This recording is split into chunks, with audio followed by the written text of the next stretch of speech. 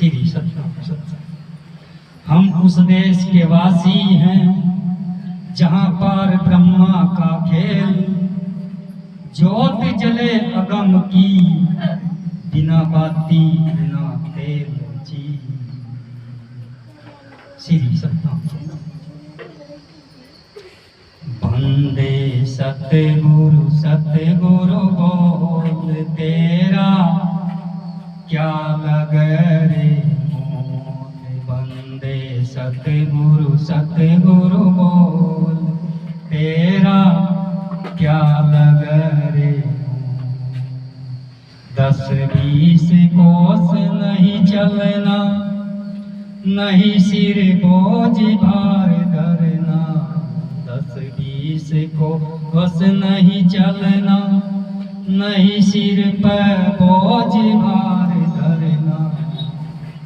नहीं तेरे हाथ पैर हिलना।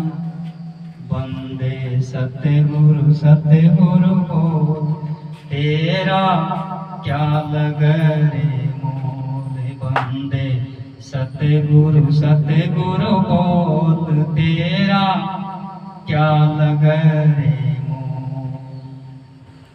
कबीरदास जी की वाणी है। आज कबीरदास जी की जयंती है। कबीरदास जी की जयंती के उपलक्ष्य में ये कथा कर रहे हैं।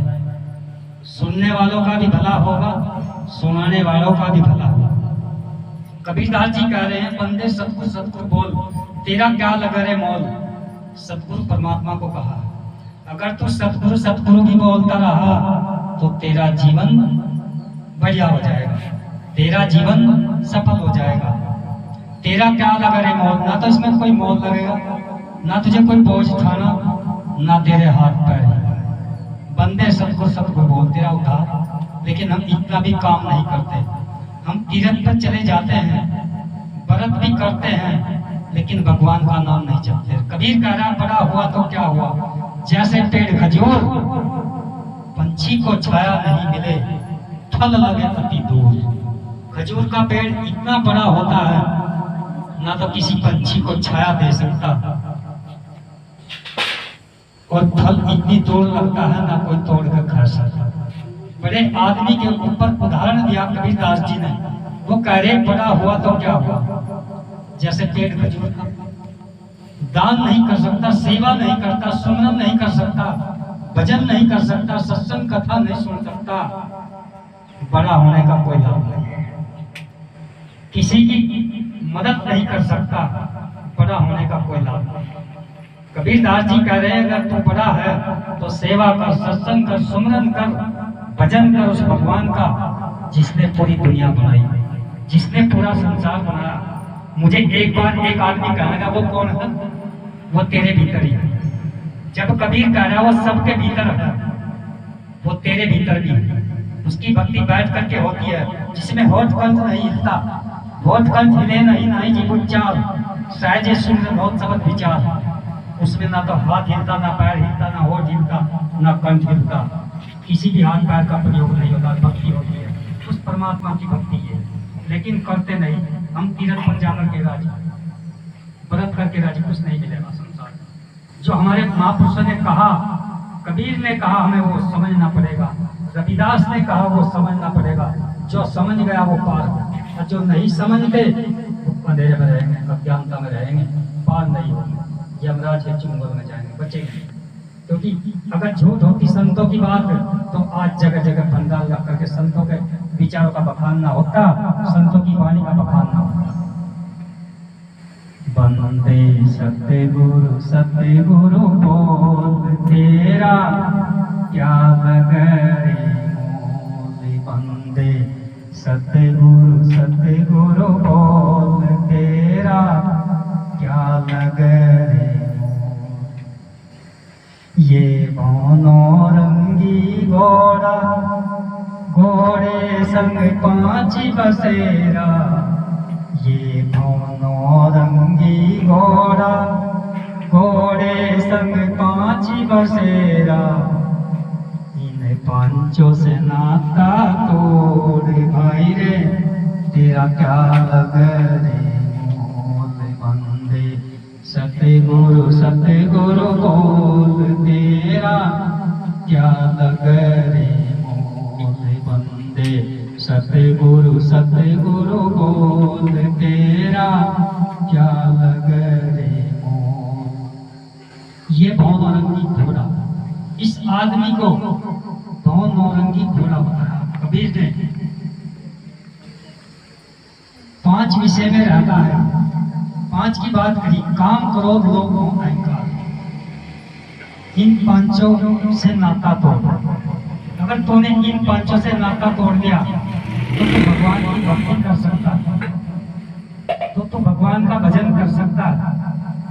लेकिन इन 5 के वशीभूत होकर के शैतान हमें भगवान का भजन नहीं करने देता, हमें भगवान का सिमरन नहीं करने देता, हमें भगवान का नाम भी लेने नहीं देता।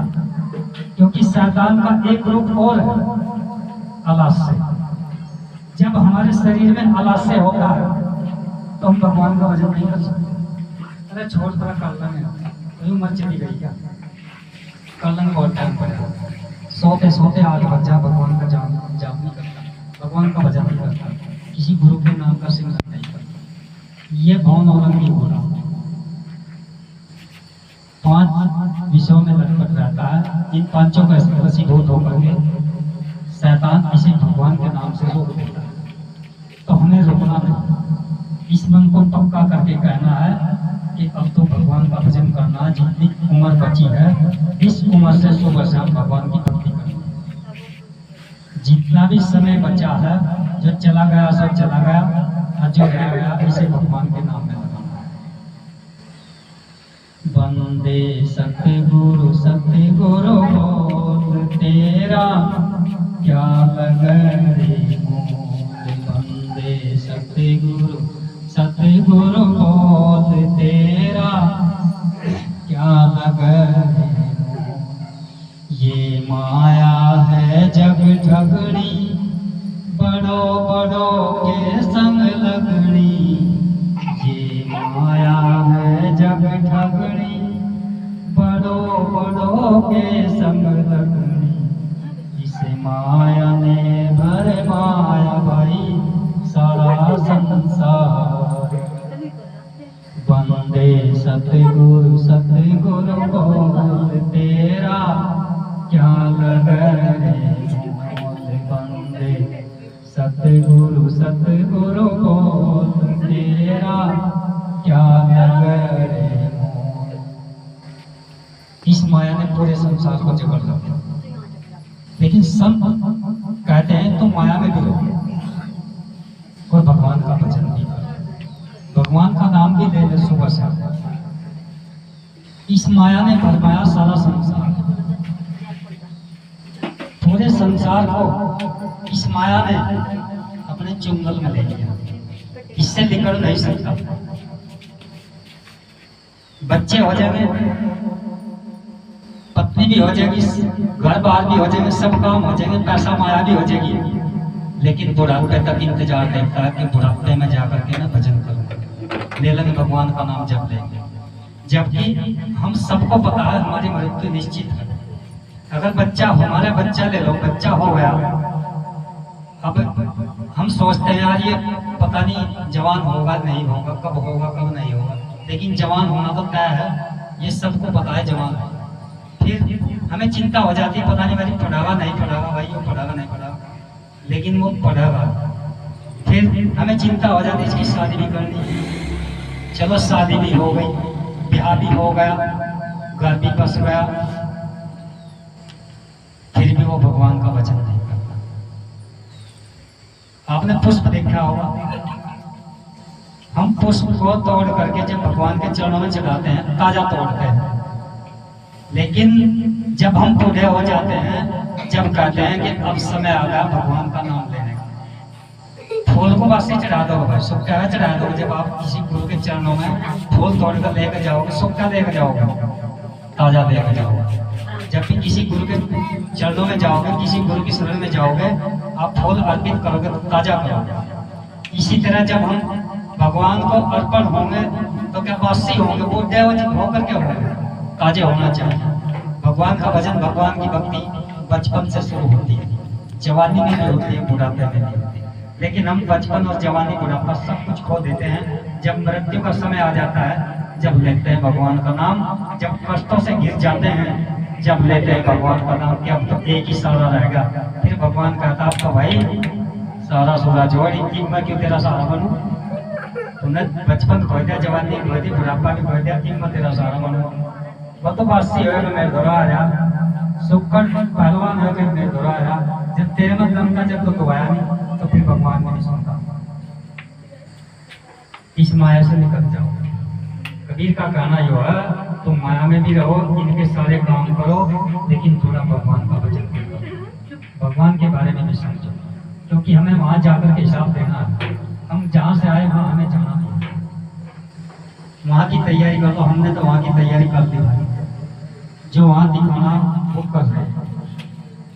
वंदे सतगुरु सतगुरु बोल तेरा क्या लगे रे मोल। वंदे सतगुरु सतगुरु बोल तेरा क्या लगे रे मोल। कबीर दास समझावे भूले को राह दिखावे। कबीर दास समझावे भूले को राह दिखावे। गया वक्त हाथ नहीं आवे भाई रे, तू सतगुरु सतगुरु बोल। वंदे सतगुरु सतगुरु बोल तेरा क्या लगे रे मोल। वंदे सतगुरु सतगुरु बोल तेरा क्या लगे रे मोल। कबीरदास जी कह रहे, जो समय बीत गया सो बीत गया, अब जो रह गया गई हुई को जाने दे, रही हुई को रहा।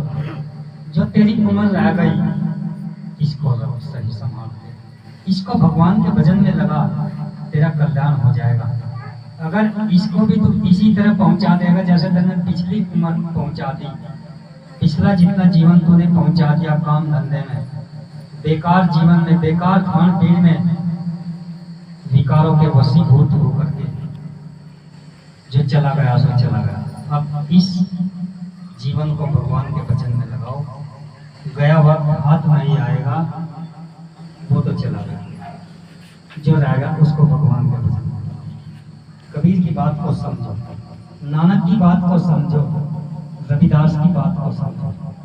ऐसे अपने अंदर गुण धारण करो, ऐसी भक्ति करो जो गुरुओं ने ज्ञान बताया, उस ज्ञान पर चलकर भक्ति करो।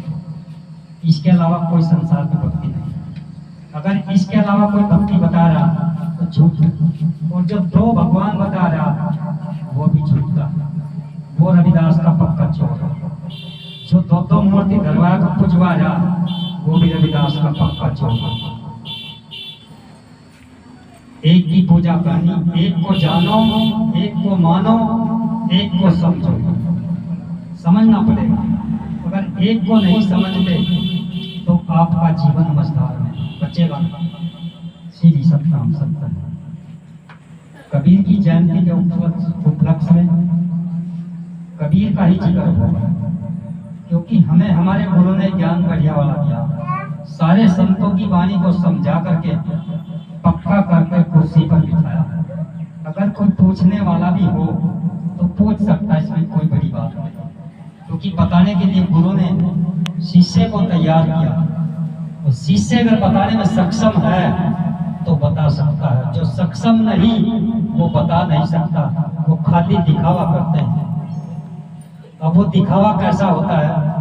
अंतर्गति राजे नहीं, बाहर किया उजास, वे नर यंत्र जाएंगे सद्भाव से रविदास। दिखावे का मतलब है जो भीतर की गति से भजन नहीं करता, जो भीतर की गति से सुमरन नहीं करता और बाहर के दिखावे करता है, लाल पीले साफे बांध करके, माला गले में घेर करके दिखावे करता है कि मैं भगत हूं, मैं महात्मा हूं, और दूसरों को रास्ता नहीं बताता, वो भगत नहीं। जो भगवान का रास्ता बता देता है वो संत है। उसकी उम्र कोई छोटी बड़ी नहीं होती, वो चाहे ज्यादा उम्र का हो चाहे कम उम्र का हो, रास्ता केवल भगवान का होना चाहिए। गुरु के माध्यम से, गुरु को साथ लेकर के जो रास्ता बताते हैं वो रास्ता पक्का है, और जो गुरु को छोड़ करके रास्ता बताते हैं वो रास्ता कच्चा है। दस जाओगे उस रास्ते, पक्के रास्ते को चुनो, भागे चले जाओगे, कोई बाधा नहीं आएगी रास्ते। सीधी सी काम सकता है।